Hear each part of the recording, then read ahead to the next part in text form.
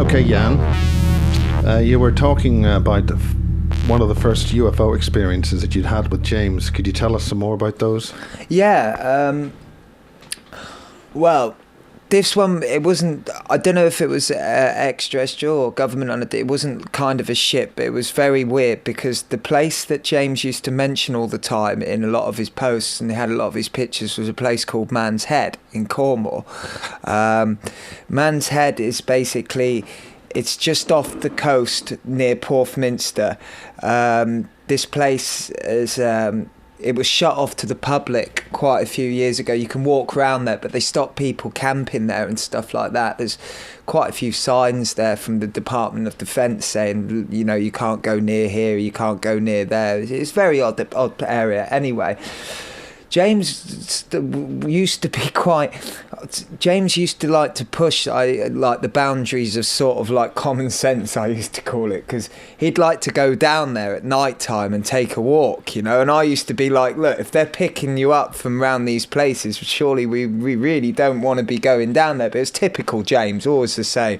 So one night he's like, do you want to go to Man's Head for a walk? It's pitch black, there's no lights there. I'm like, okay, we'll go out there. You know, it's a regular kind of thing for me and James at that point. So we took a walk out there. We basically walked past the bowling green, walked past round by the bench and carried on walking, and there's like an old mine or quarry there, which a couple of these signs are up over. Really weird sort of energy around it. As we come round there, it was almost like someone hit a light switch and this big luminous light just lit the whole area up. Me and James have just gone like that and just sort of started to basically leave. I couldn't remember much about it, but this light, I mean, it wasn't normal. It was huge, and it lit up and it came out of nowhere. It was almost like people didn't want us in that area. Or whatever it was. So we've done one. Apparently James has written stuff about it before. He said he had recovered memories of it. I can't remember anything, but it was very, very odd and it was very strange. That was one experience that we had. I have had some regression on that experience. James gave me some regression on that experience using techniques pulled from Scientology. I'm not sure if he mixed anything else with it. That was pretty much James's style. He would take bits of everything and then try and combine them together. What did you get from it? Is that how you remember what you just described? No, that's proper memory. I can still remember that to this day. I didn't actually think anything else happened, but James did some regression on me afterwards, and this is like a long time afterwards, you know, it's about a year or something afterwards. And when he did the regression on me, I mean, as I said, I'm not a big fan of it. I don't really believe in it, but if you want, I can say that what happened. In the regression, it was basically a ship pulled us, this light had come from a ship, pulled us up into a ship. I can't remember what happened to James. It's sort of like we got separated. I remember being put in a ship. There was like pods to the right of us with an egg in it, like an incubation pod with like steam, and there was like a funny sort of being next to me. I was all in black. I had a funny suit on. It was really weird. There's a lot of dashboards. From what I could gather from when I was being there was a lot of panic to do with these incubation pods. They were like trying to look after the thing inside. It was alive, and one of the beings was getting angry because something had happened, and I was like pushed towards like a keyboard system, and that was basically pretty much all I could remember about the experience. What sort of keyboard system, and what was the creature? Just a lot of lights. The creature, I can't actually like fully remember, to be honest. I just remember it being a creature and being very lanky. I had more then, but that sort of memory is fading a little bit of it all.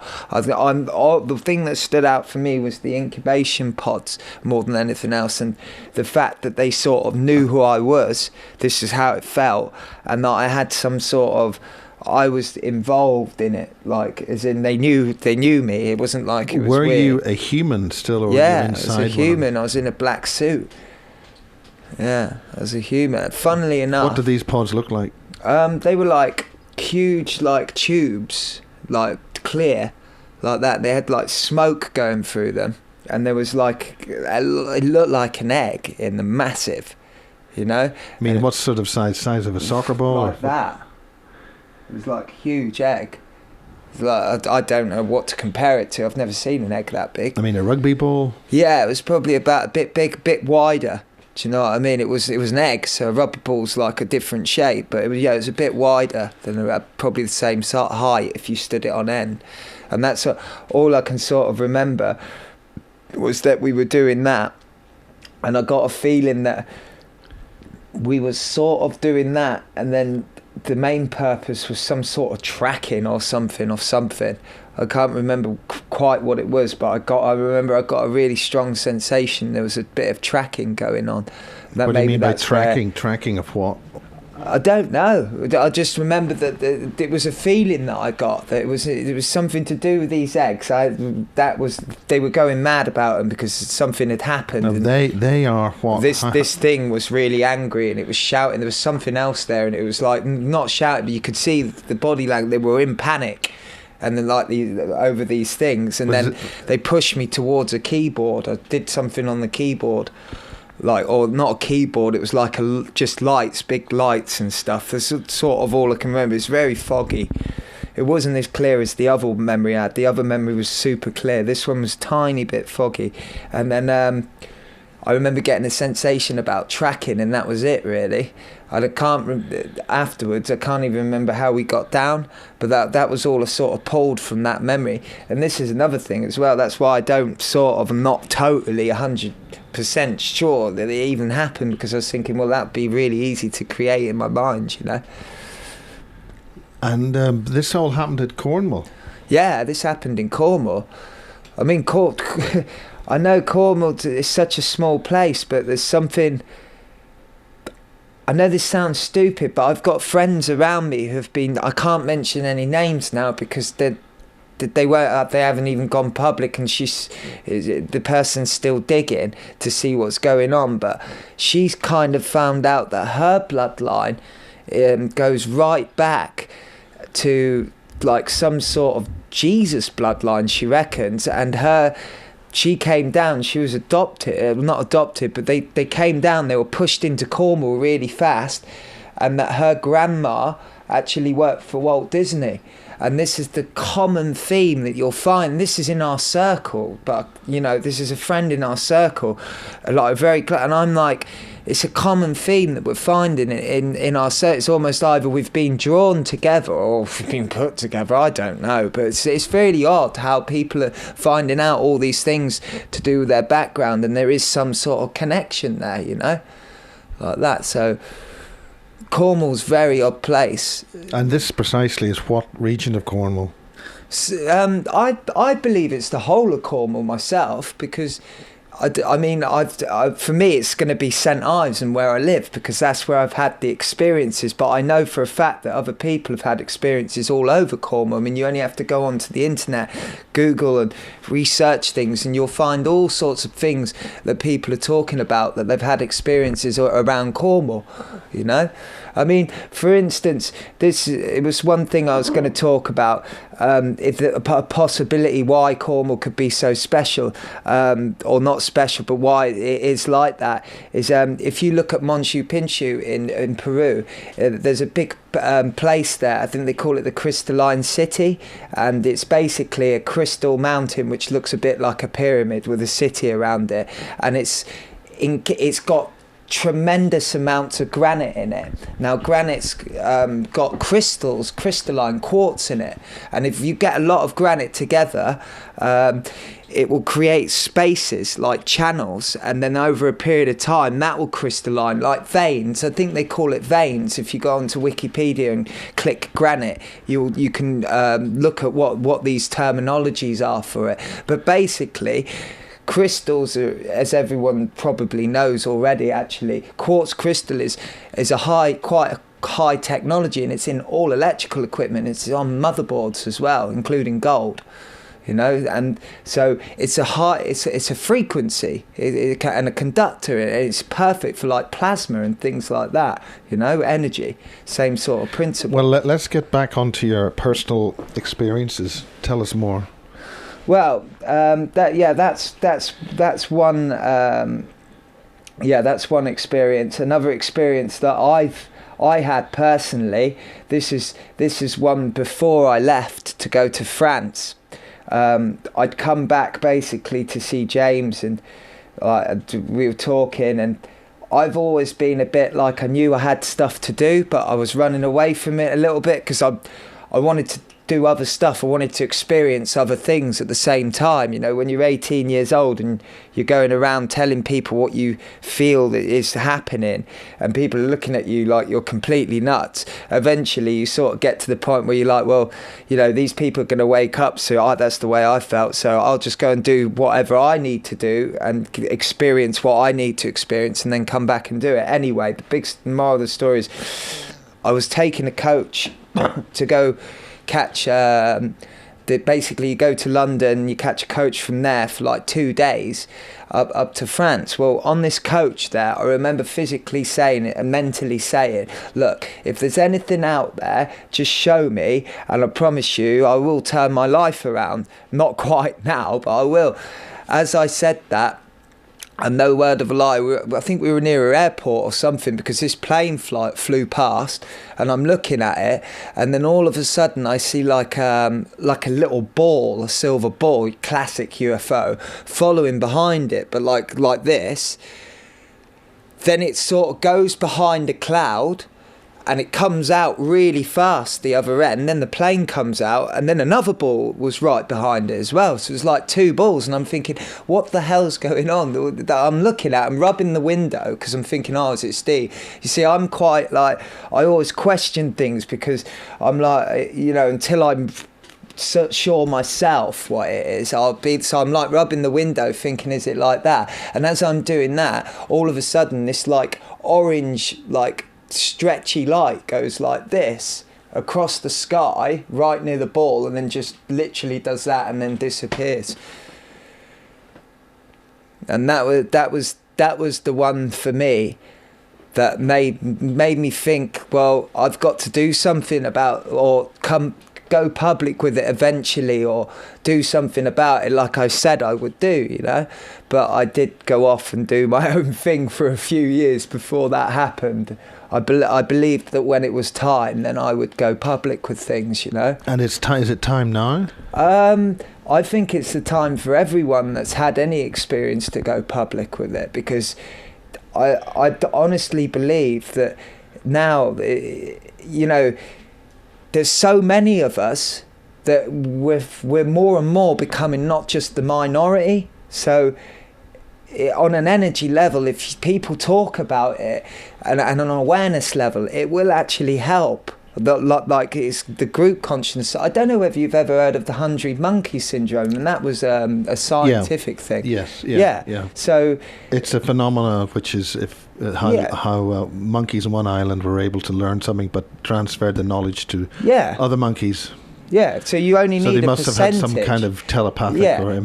Well, it's consciousness within a group, isn't it? It's like unified. If a certain amount of people have a certain amount of awareness, eventually it will have a knock-on effect over the population. Now, if people are, the truth itself holds a certain frequency and vibration. When it's spoke, it registers with people. So if people keep talking about their experiences and coming out, eventually, just from that happening, it will have a knock-on effect. And I mean, I got into this 15, 20 years ago, and I used to speak about things then. People used to laugh at me. Now I can actually speak in a pub about it, and I will do as well, speak openly about it. And people are actually starting to not be like, you're crazy. They're starting to question things and going, possibility.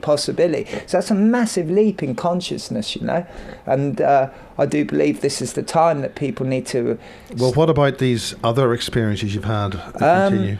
Because we want to get on to the other people you know as well. That was the last experience that I can remember that was like that. I mean, I've seen lots of lights in the sky. I've always seen, like, you know, those star things that I said that I've seen. The reason that I know that they're definitely ships is because I've seen them lots of times. You know, I look up at the sky and I'll see them in the sky. I can see the stars, and then I'll see a couple of them around, and I've seen them move. I've seen them change, move, and then go back into star form. I seen one in Geneva when I was with my mother, out of a hotel window, and I was screaming at her to get out of bed, but my mum wouldn't get out of bed. She just thought I was going crazy. But I've seen those quite a lot. I've seen balls. You know, when you've... What are they?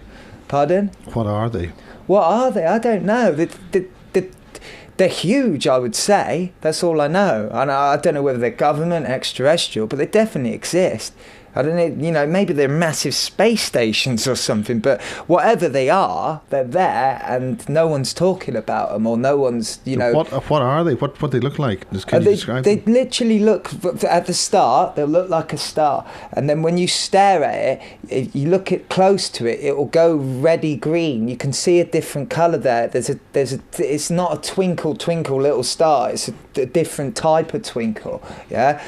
And you can spot them. But then obviously if you're looking at them, you could think, oh yeah, it's a satellite, it's this or that. But then if it stops in the sky, it's just there, and then all of a sudden it goes like this, it changes, you can see it change physically, and it starts moving quite fast, and then it stops again and changes back. That's weird, you know. And when you get 3 or 4 in a formation like I had that night, that's even more weirder, because that says that there's more than, you know, it's unified. They're in the sky. There's 3 or 4 of them all at the same time. It sort of knocks out satellites. Are you saying there's 3 or 4 individual objects or one object? Yeah, 3 or 4 individual objects. That was the first experience I had. It was 3 objects, remember, in the sky, triangular.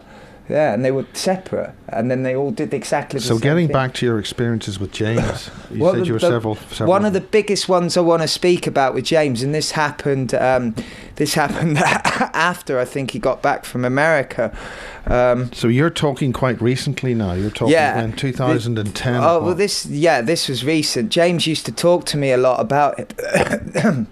This ship that he used to say was his. I mean, I used to be completely... I've heard all sorts of stories from James. I take it like a pinch of salt, you know, because I'd never know what was truth or what was, you know, in James's mind, you know, it happens. He's seen so much, so I can understand, like, he's going to be like that. So I was always sort of like trying to stay level-headed.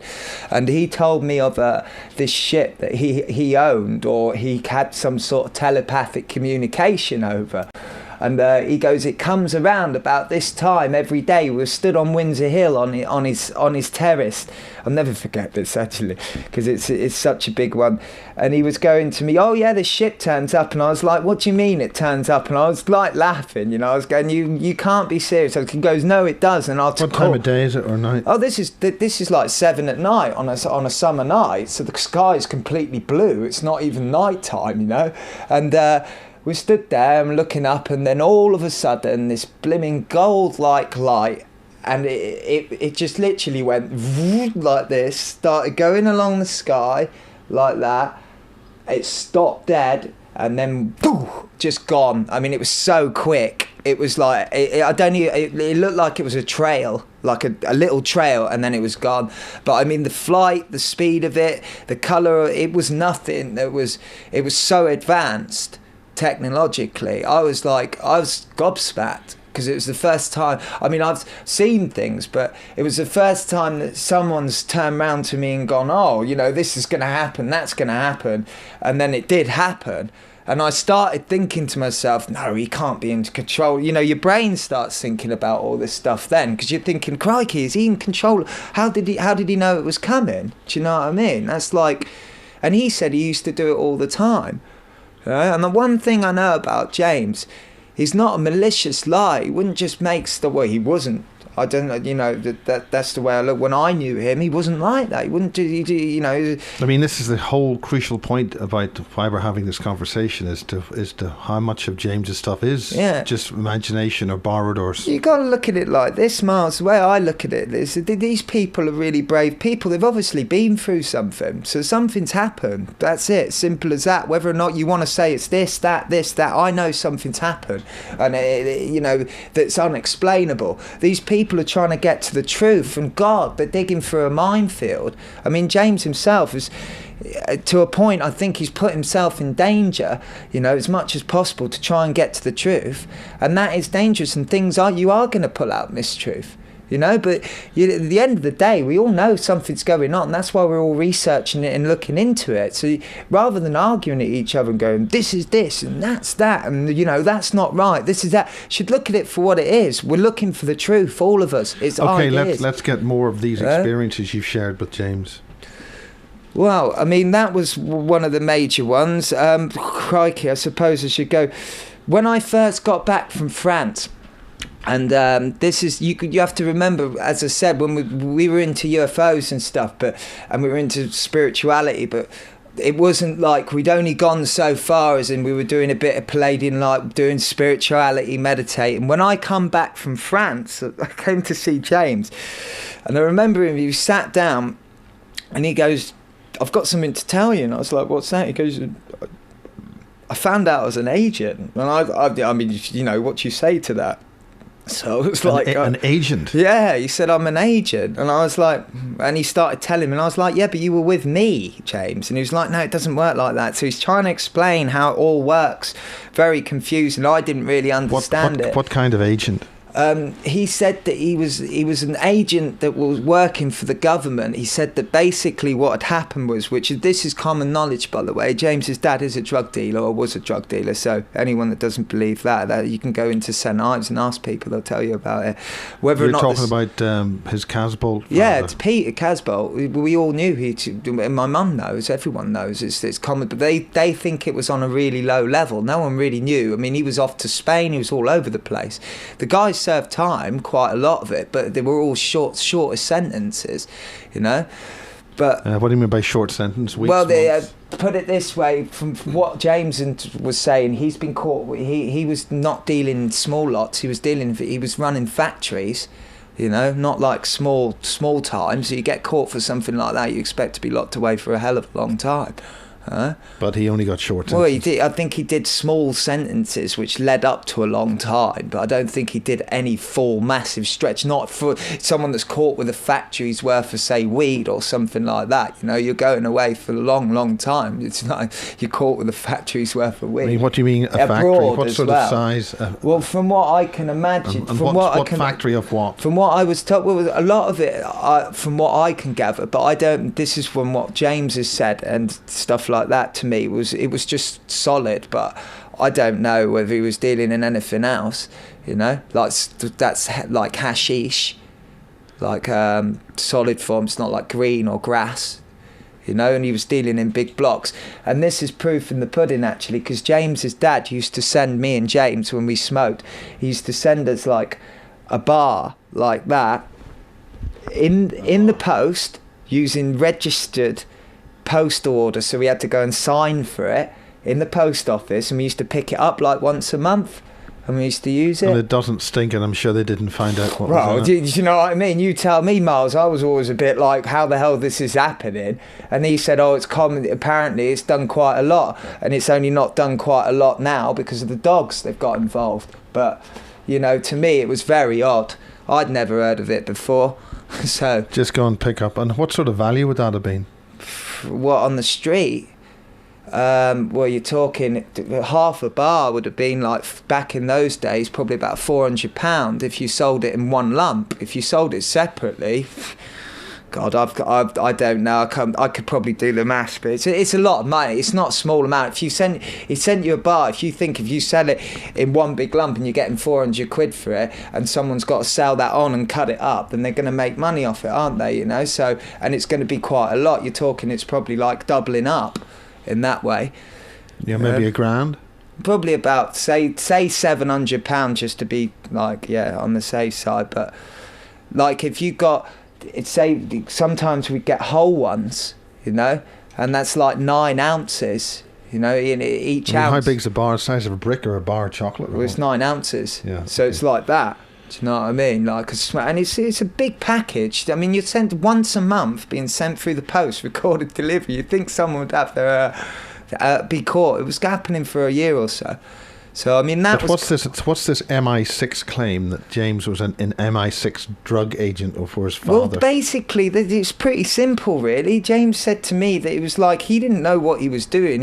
When he went to see his dad in London, his dad used to just say to him, "Could you pop this parcel here or pop that parcel there?" And it was a small parcel, you know. James just did it, and then apparently, how James found out was on his dad's deathbed. Like his dad told him on his deathbed that he'd had connections to the CIA and selling drugs for the government, basically. What happened with his father, his adopted father, or his foster father?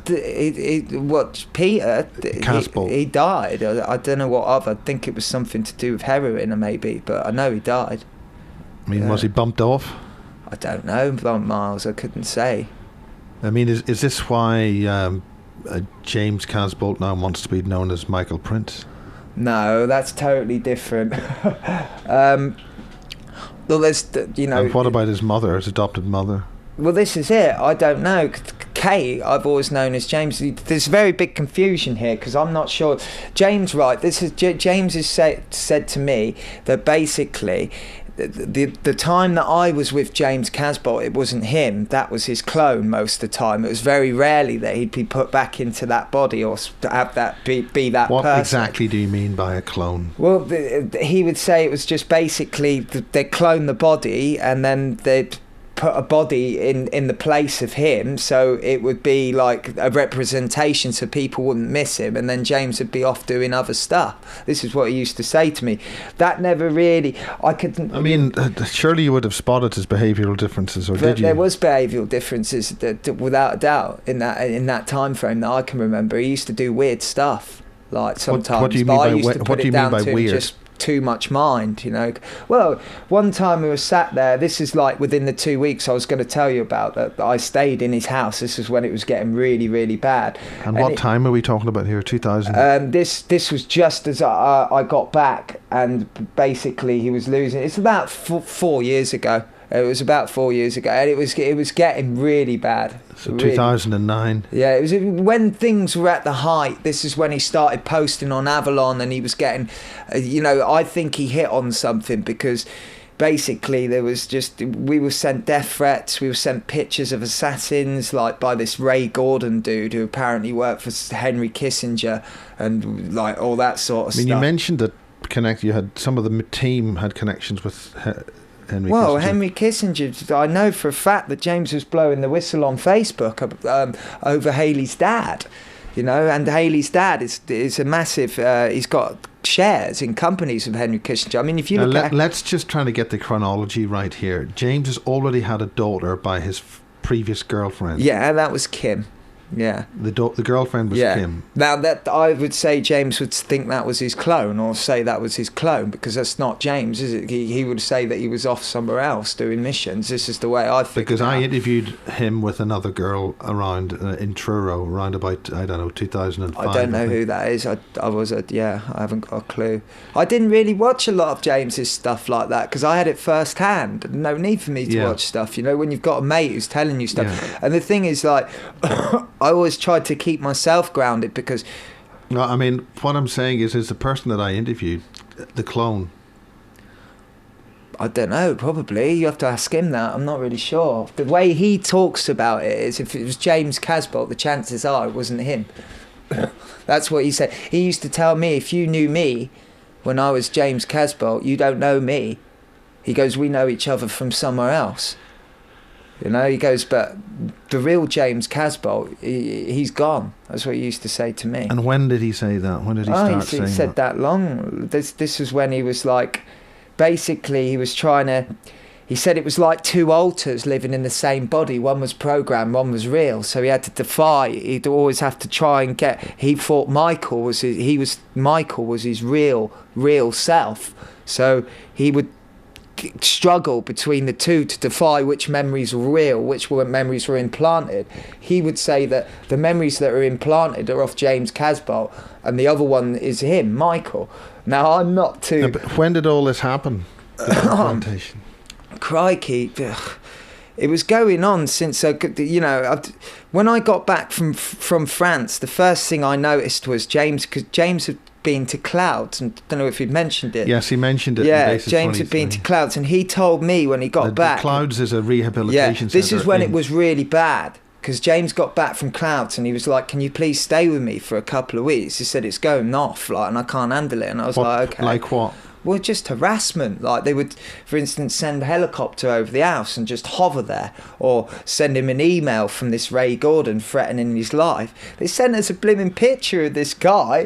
He was like, he had a cowboy cap on, and he had the Illuminati triangle like this on it, and he was fat. Like really fat, and he was like, "Oh, this is our assassin, he's going to come and kill you." And we were just like, "What? This fat guy's going to go?" We just started making a joke out of it, because that's what I said to him. I said, "Look, the only way you can deal with this really is you got to put a bit of humour in it, or you're going to lose your mind. You know what I mean? You have to take it with a pinch of salt. You've already done what you're going to do." But it was happening, I'll tell you that now. Whether or not James was lying or not, that was happening, and I was there and I seen it. And he was getting messages and emails from this Ray Gordon dude saying, "I'm part of Henry Kissinger, P1, blah blah blah. I've made you famous. You've turned on us," and all this sort of stuff. Because James basically, he'd be given information and told not to release it, and James would just release it. He wouldn't give a shit. Just put it out there. Yeah, but he'd be giving it to me then. He'd be giving it to anyone on the internet. He used to post Project Avalon. He posted so much stuff. A lot of that did come from people who claimed to be intelligence services.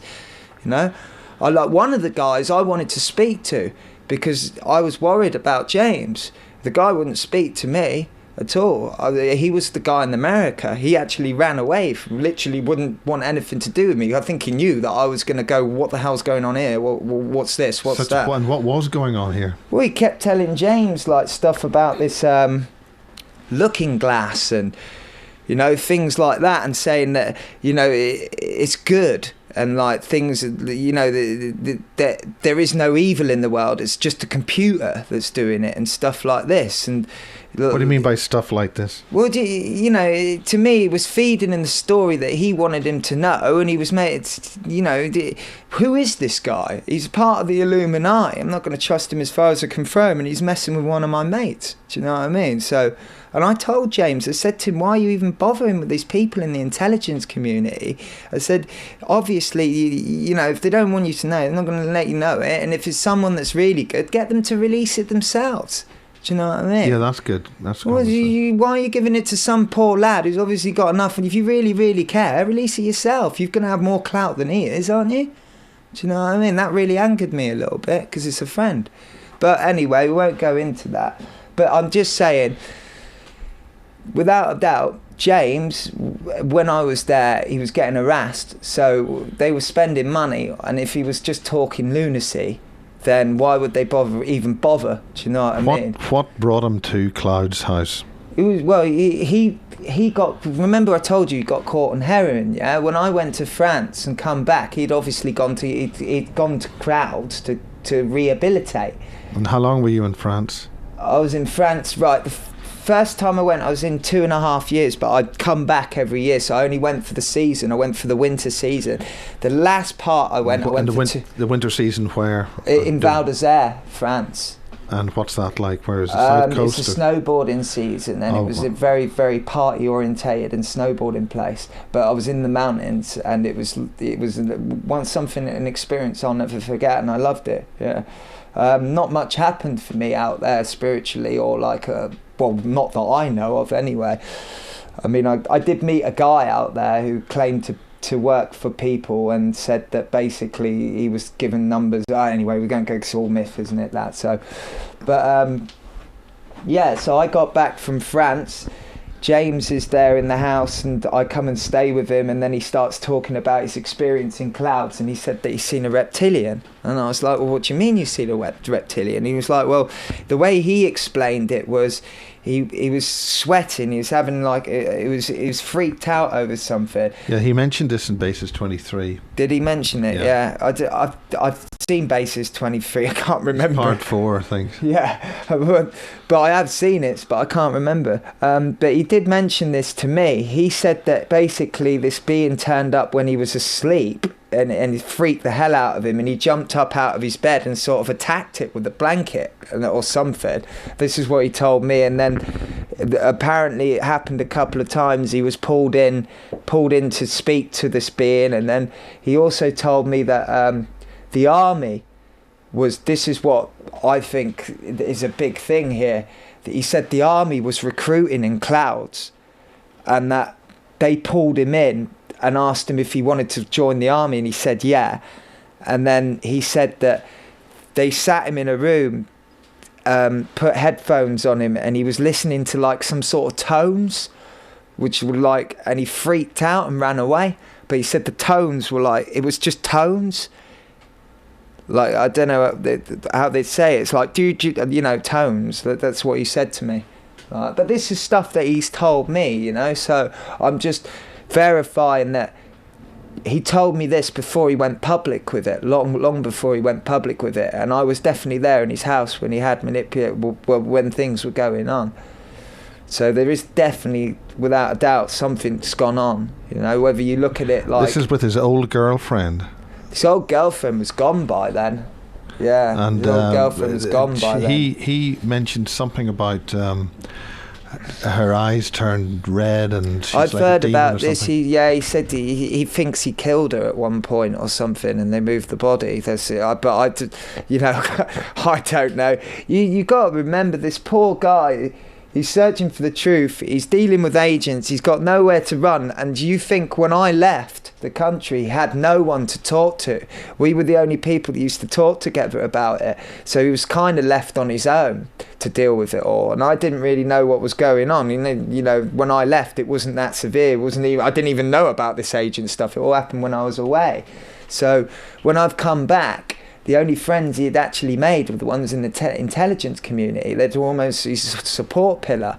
So you can see. So what do you mean by his friends in the intelligence community? Well, you're right. Okay, if you find out all of a sudden that all this stuff's going on, you're trying to dig for truth. You can't speak to anyone around you because everyone's going to think you're insane. If you tried speaking to them and think you're insane, right? Who are you going to turn to? The people that are giving you information. These intelligence people that are claiming to be part of this and claim they could tell you anything. Once they've got your trust, And how many are you talking about? 3 or 4? Well, the ones that I knew of, there was about 3, but there was more.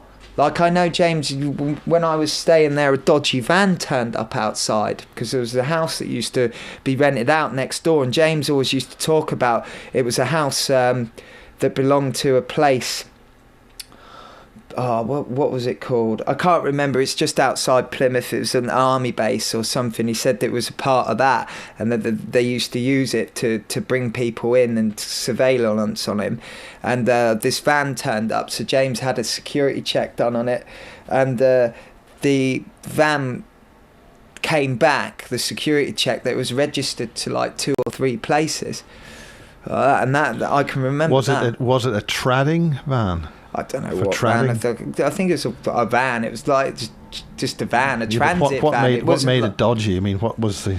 apart from any van that's driving around, what made it dodgy? I don't know. James said he'd seen it a couple of times before, the same sort of van. He was like, they tend to use the same sort of vehicles, but like just basically different colour or stuff like that. He was... You've got to remember, Miles, at this point he's highly paranoid, You would be, wouldn't you? So like you're going to look into everything. Everywhere we went, he was like, we're being followed or this happened. But everywhere we went, weird stuff would happen all the time. Such as? Like, we stood up, for instance, Dave Marrow's friend came down to see me. That's Alistair? Yeah, because he thought that... Dave said that he... we're talking 3 years ago now. Yeah. This is about the time I recorded Basis. And he came down to see me because he knew that... Well, he thought Dave remembered me from stuff. And so how did you get to know each other? I think James put us in contact, or basically what had happened was when James started getting all this information, people just flocked to him, and because he was living in this like reality, he couldn't deal with anything. So what he used to do was palm them off on me. So sometimes I had to deal with it, and I would do it quite happily, you know, to try and help him out. So this guy came and stayed at my house. Anyway, the next morning we went out for lunch, and we sat there like by the railings looking out at sea, and blatantly out of nowhere some woman just walks straight over, looks at us and takes a photo of the pair of us, and we're like, what are you doing? You think that's paranoia, but that used to happen on a regular occurrence, and it'd always work in couples. So I'd always, you know, I'm a skeptic, so a little bit in that area. I want to prove it. So I was a bit like, look, it could be anyone, you know, it's a tourist town. When it happens over and over again, you do start to ask questions whether or not they're playing with your mind or it is something. It's a lot of coincidences, you know, especially why are they coming over and blatantly taking a photo of you? And we were talking about stuff to do with this, you know, and that happened. And that's you and Dave Marrow, or you and or Alistair? Yeah, that was me and Alistair. I met Dave Marrow afterwards, like about 2 months after. I tried to help him because he was really suffering from depression, and he was saying that he's losing his mind. So I was trying to help him spiritually.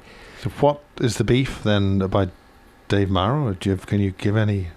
I don't really know, to be honest. As far as I used to get a lot of my information about, I don't remember him, and I used to get a lot of my information about Dave from James. And when I met Dave, he was just full of paranoia. He was really unsettled, and he was full of fear, and he thought at the time that we were against him, you know, me and a couple of people that were trying to just help him spiritually, but you know, he was on that much medication as well, you know, so that's not good. It's for your energy and stuff like that.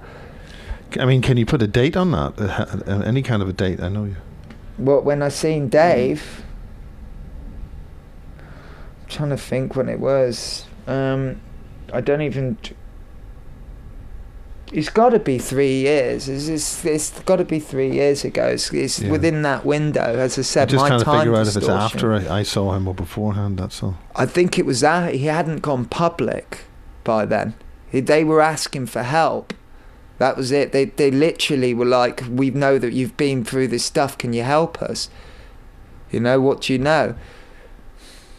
And I didn't know anything. I didn't know anything at all. And there are other characters in this game that you seem to know, Elira and all them. Well, they know me. I can't remember them. Do you know what I mean? This is the weird thing. I just used to get people contacting me and saying, "Oh, do you know this?" Or do you remember who I am? And things like that. And I'd be like, "No, I can't remember who you are. I don't have any memories of you." And they're like, "Well, we got memories of you." And they tell me stories or ask me like weird questions, you know? And I'd be like, "Well, I have no memories of this stuff," as in a memory like that. So I'm not going to say I'm a part of it if I've got no memories. Do you know what I mean? Simple as that. I've seen UFOs and stuff like that, but I haven't got any memories of this being a super soldier and stuff like that, which is basically what I was being told by quite a few people. So I met Anya. Well, I spoke to Anya. Yeah. She said she remembered me.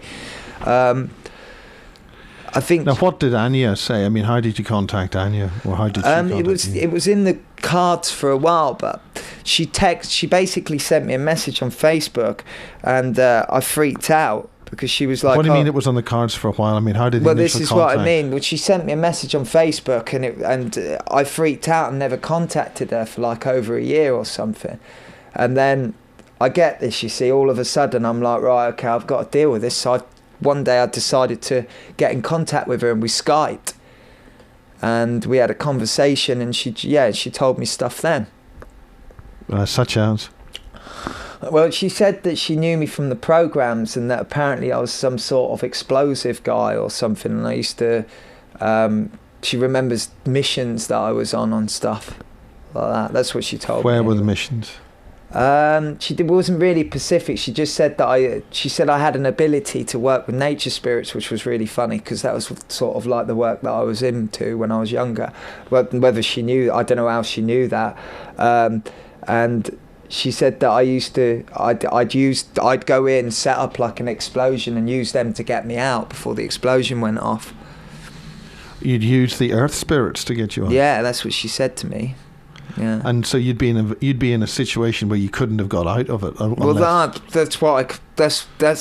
the memory that I've got. So if I've got confused, I'm sure she'll verify it. I mean, out of a room or what?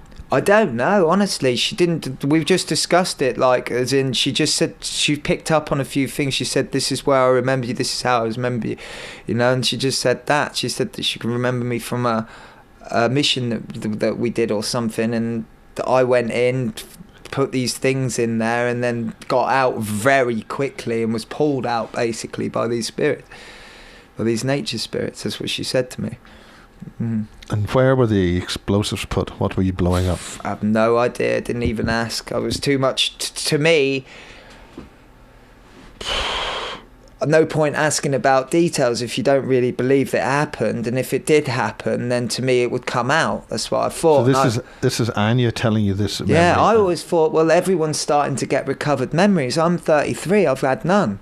Do you know what I mean? So how much of this is somebody else telling you you've had it, or this is what I mean. I was thinking, why is this happening? But then, one or two people maybe who connected to James, 3 or 4. It's like nearly 5 people. I can't mention all the names until they come out in the public. Can you mention any of them? Right, there was Anya, James Rank, because I think he's come out publicly.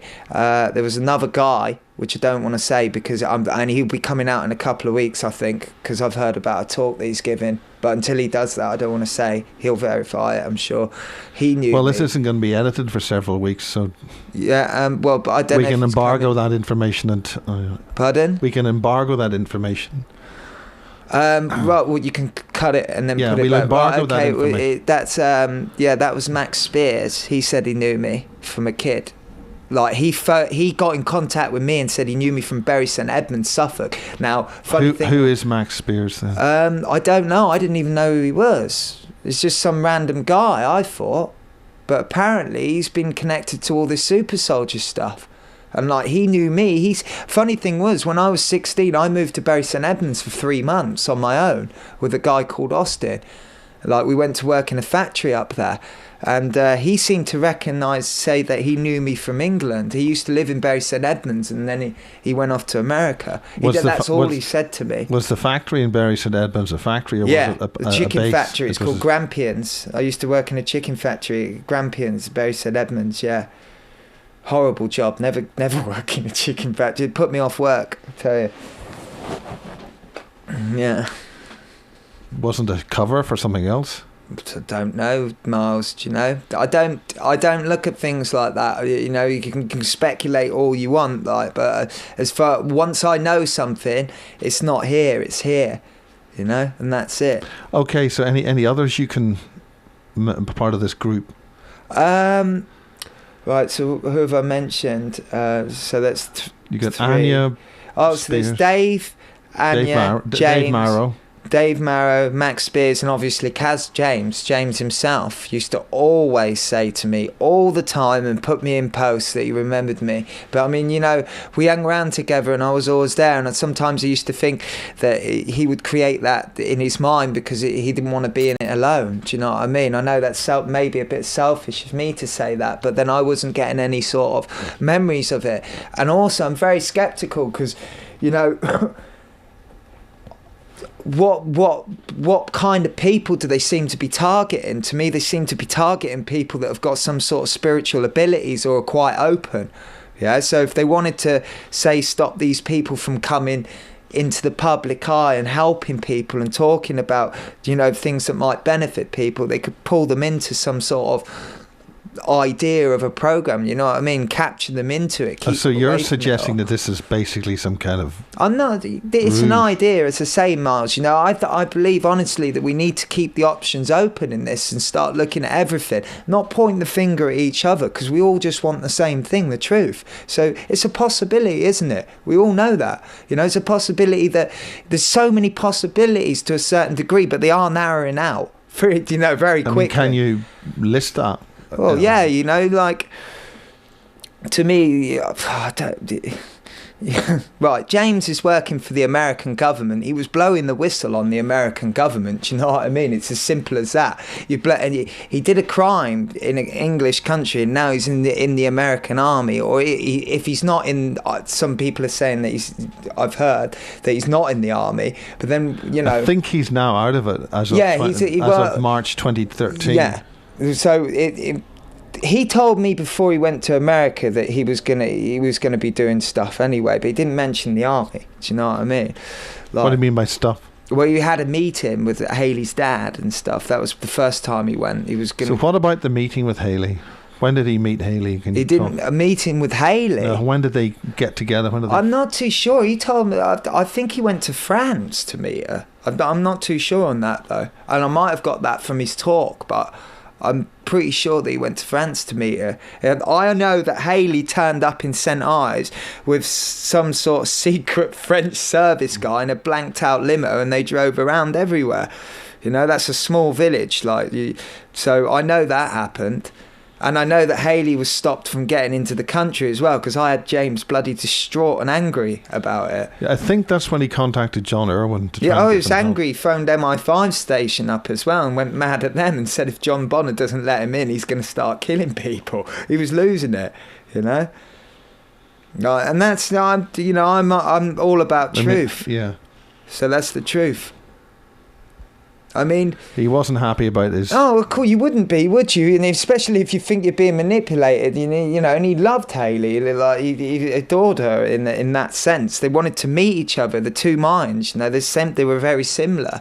So yeah, it really upset. In what way were they similar? Clones? Or are they both out of the same test tube? I just think they were similar on the same wavelength. They could, you got to think. It's not many people you can talk to about this, especially when you're in that deep. If you are in that deep, that are going to even listen to you, let alone like understand what you're saying. And they were like on the same wavelength, weren't they? She used to do research before. Look at her family. It's all you need to say, really. Well, can you mention that for the viewer? Yeah, well, look at her family. The family's like one of the richest families in America. Like the whole family, 10th richest family. It was in Forbes magazine.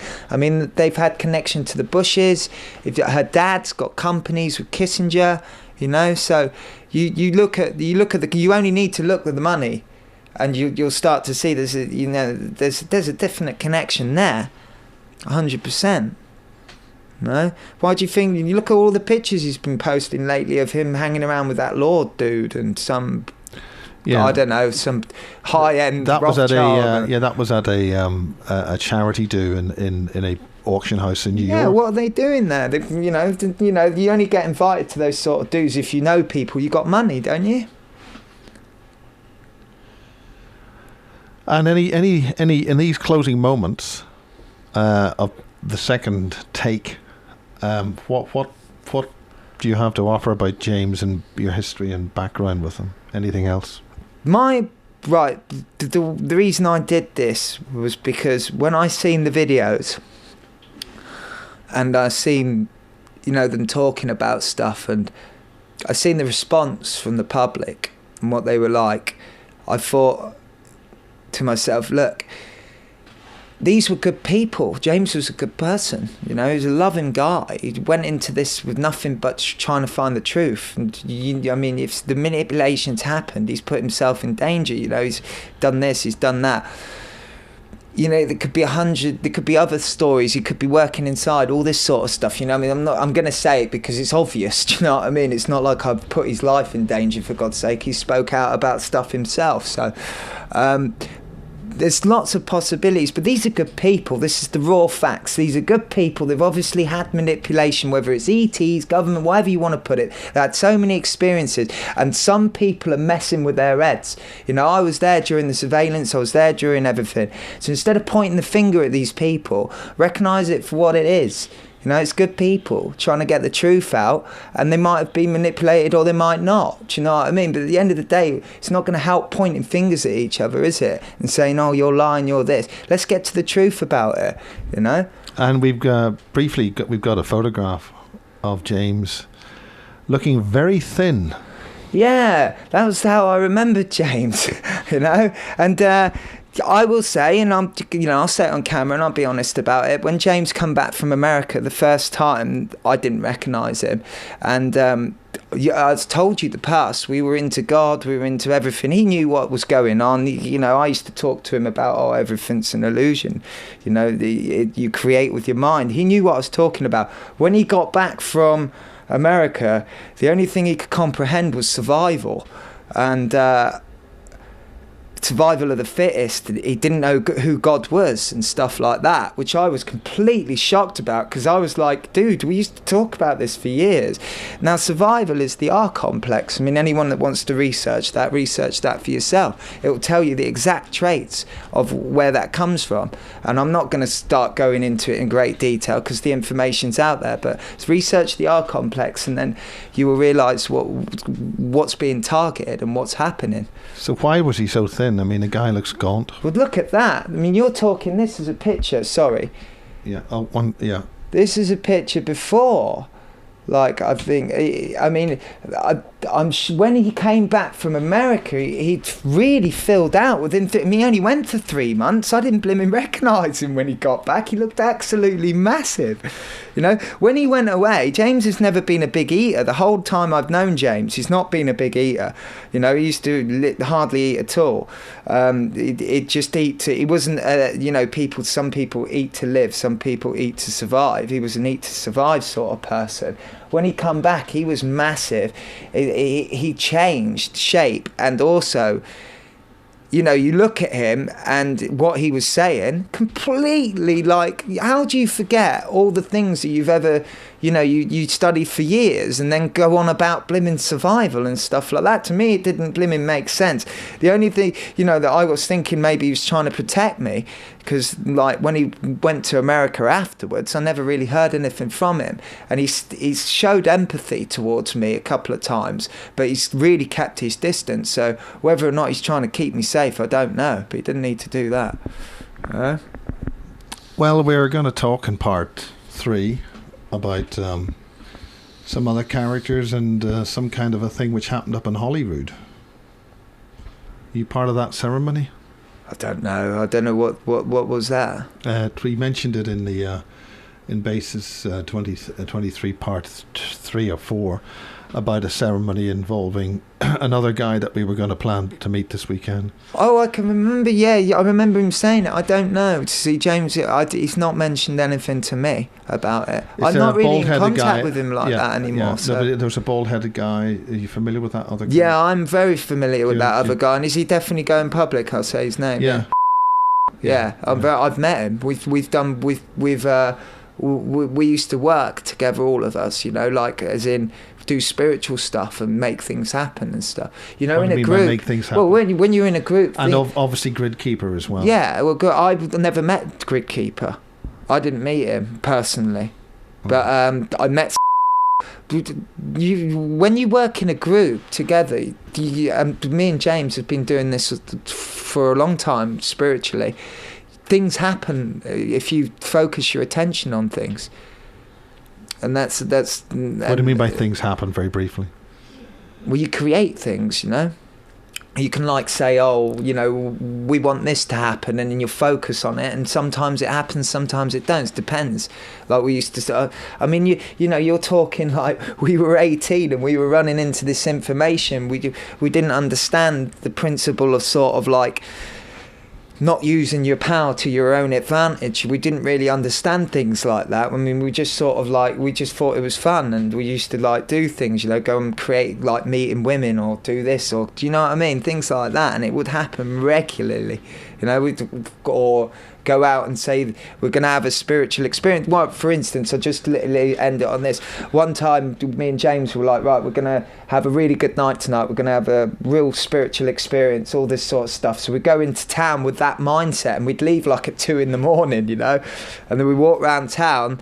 Things would start getting a bit dodgy or a bit weird. Like the lifeboat people would turn up and just park by us, and weird things like that. And then as we got into town, we got to wind up as we run out of tape. Right, as we got into town, we got to Porthmere. There was a guy shining a massive torch over at Porthmere like this, looking everywhere. It's a big beach. I went over and said, all right, mate, what's going on here then? And he looked at me and James and he goes, have you seen any funny lights in the sky tonight?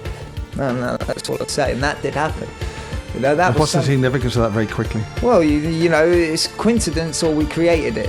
Which one is it? Do you know what I mean? Sometimes I think you draw things in together. Well, we got to wind up. On this second section, we'll have a break and then we'll finish things up.